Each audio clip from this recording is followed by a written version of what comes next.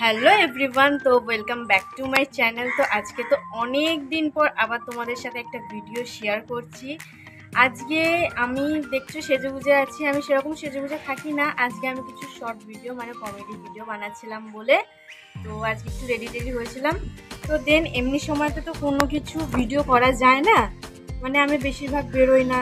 আর এমনিতে কিছু খাবার বা রেসিপির ভিডিও করি, এমনি কোনো কমেডি ভিডিও আমি করি, কিন্তু অনেক দিন ধরে আমি ফুল ভিডিও দিতে পারছি না বলতে গেলে সেরকম কোথাও তো আমি যাই না। তোমরা খুব ভালো করেই জানো যে আমার কোথাও বেরোনো হয় না। তো আজকে ভাবলাম কিছু একটা রেসিপি বানাবো। অনেক সময় তো মানে চিকেন বিরিয়ানি বানিয়েছি, চিকেন পকোড়া বানিয়েছি, তো আজকে ফিশ ফ্রাই বানাবো। এবার ভেটকি মাছ কেনার তো আমার সার্থক নেই, সত্যি কথা বলতে। আমরা ভাই মিডল ক্লাস ফ্যামিলি, তো এবার ভাবলাম যে ফিশ ফ্রাই বানাবো। ভেটকি মাছেরই ফিশ ফ্রাই হয় তার তো কোনো মানে নেই।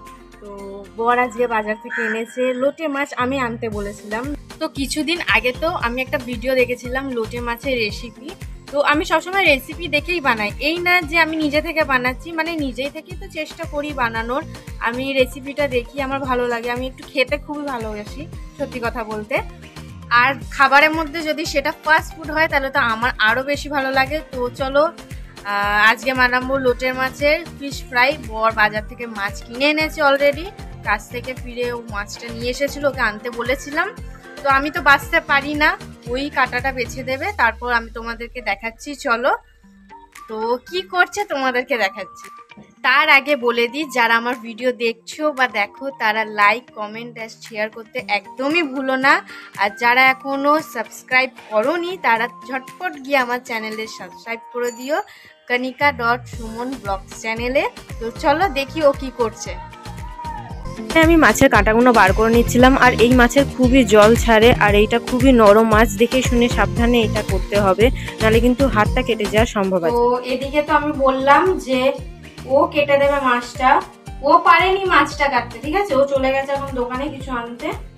এবার আমাকে কাটতে হবে, কি আর করবো। আমি ভাবলাম ও কেটে দেবে। ও যদি বলতো যে আমি কাটতে পারবো না তাহলে আমি আনাতামই না। যাই হোক, কি আর করা যাবে। তো আমি মাছের সমস্ত কাঁটা বার করে ভালো করে ধুয়ে নুন দিয়ে মাখিয়ে রেখেছিলাম প্রায় 20 মিনিট মতো। তারপর তো আদা রসুন আর কাঁচা লঙ্কা পেস্ট করে দিয়েছিলাম, আর পরে তো এতে দিয়েছিলাম পরিমাণ মতন গোলমরিচ গুঁড়ো, হলুদ গুঁড়ো, লঙ্কা গুঁড়ো, আর পরিমাণ মতো নুন দিয়েছিলাম। নুনটা অল্পই দিয়েছিলাম যেহেতু ম্যারিনেট করে আগেই রেখেছিলাম 20 মিনিট নুন দিয়ে। তারপর একটু সয়া সস দিয়ে দিয়েছিলাম যেহেতু একটু বেশি টেস্টটা হয় খেতে। দেন তারপর তো ভালো করে ম্যারিনেট করে নিয়েছিলাম, আর এটাকে তো প্রায় আমি 2 ঘন্টা মতন ম্যারিনেট করে রেখেছিলাম। যার হাতে যতটা সময় থাকবে তত বেশি ম্যারিনেট করে রাখতে পারবে, বেশিক্ষণ রাখতে পারলে সেটা তো আরও ভালো হয়। আমার কাছে 2 ঘন্টা সময় ছিল বলে আমি 2 ঘন্টা মতন রেখেছিলাম।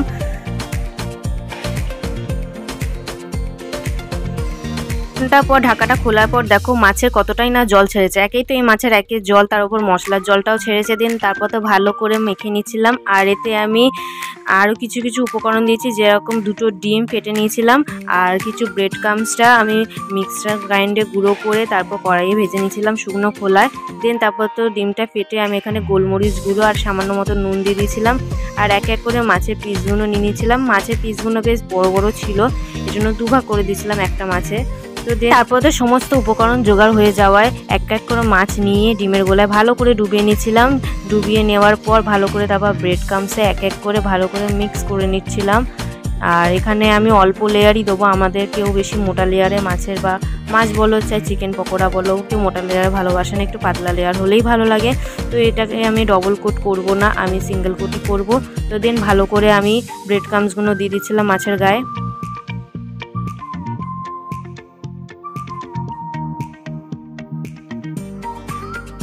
তারপর তো ব্রেড ক্রাম্বসগুলো দেওয়ার পর মাছের একটু শেপ করে নিচ্ছিলাম। আর দেখবে যে জিনিসটা দেখতে ভালো লাগে খেতে আরও বেশি ভালো লাগবে, আরও টেস্টি লাগবে।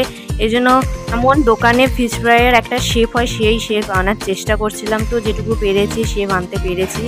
তো দেন দেখি তো মনে হচ্ছিলো টেস্টি লাগবে। তো জানি না, ফার্স্ট টাইম বানাচ্ছি, খেতে কেমন লাগবে নিজেও জানি না। আশা করছি যেন ভালো হয়, কারণ কষ্ট করে বানাচ্ছি, তো পুরো কষ্টটাই বেকার হয়ে যাবে যদি না ভালো লাগে। তো দেন তারপর তো এক এক করে আমি এরকমভাবেই ব্রেড ক্রাম্বস লাগিয়ে, ডিমের গোলা দিয়ে ব্রেড ক্রাম্বস লাগিয়ে মাছগুলো ভালো করে শেপে আনার চেষ্টা করছিলাম।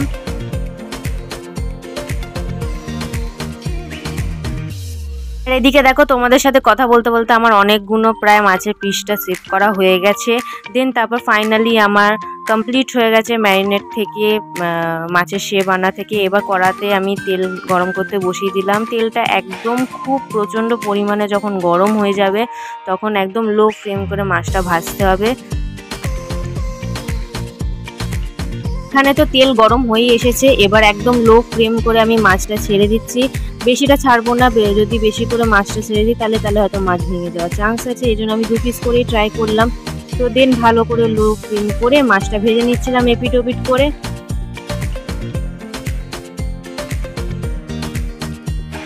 দেন ফাইনালি আমার মাছটা ভাজা কমপ্লিট হয়ে গেছে। লো ফ্লেম করার পর যখন দেখবে মাছ ভেতরে সিদ্ধ হয়ে গেছে তখন একদম হাই ফ্লেম করে মাছটা ভাজতে হবে। তো দেন আমার এদিকে এক পিস করে মাছ ভাজা হয়ে যাচ্ছে। তো এভাবেই আমি এক এক করে ভেজে নেবো সমস্ত মাছগুলো। আর জানো, আমার বাবার মাটন চিকেন থেকে বেশি ভালো লাগে মাছের জিনিসগুলো, মানে ফিশ ফ্রাই বলো, মাছের যে কোনো জিনিস বলো। তো মাছটা আমার বাবা বেশি পছন্দ করে, তো আমি ভাবলাম বানানো যাক, আমার বাবার জন্যই বানানো যাক। তো ফাইনালি দেখো আমার মাছ বানানো কমপ্লিট হয়ে গেছে। আরে দেখো আমাকে ছাড়াই তো এরা খেতে বসে পড়লো। তো এখানে তো দেন দেখো আমার বর মাছটা মানে এত জুসি হয়েছিল যে কি বলবো তোমাকে, আর এতটা টেস্টি হয়েছিল খেতে। আমি তো বলবো তোমরাও বাড়িতে ট্রাই করো। আর আজকে আমার রিভিউ দেবে যে খেয়ে কেমন হয়েছে। মতো এটুকুই। ভিডিওটা ভালো লাগলে লাইক অ্যান্ড সাবস্ক্রাইব করতে ভুলো না।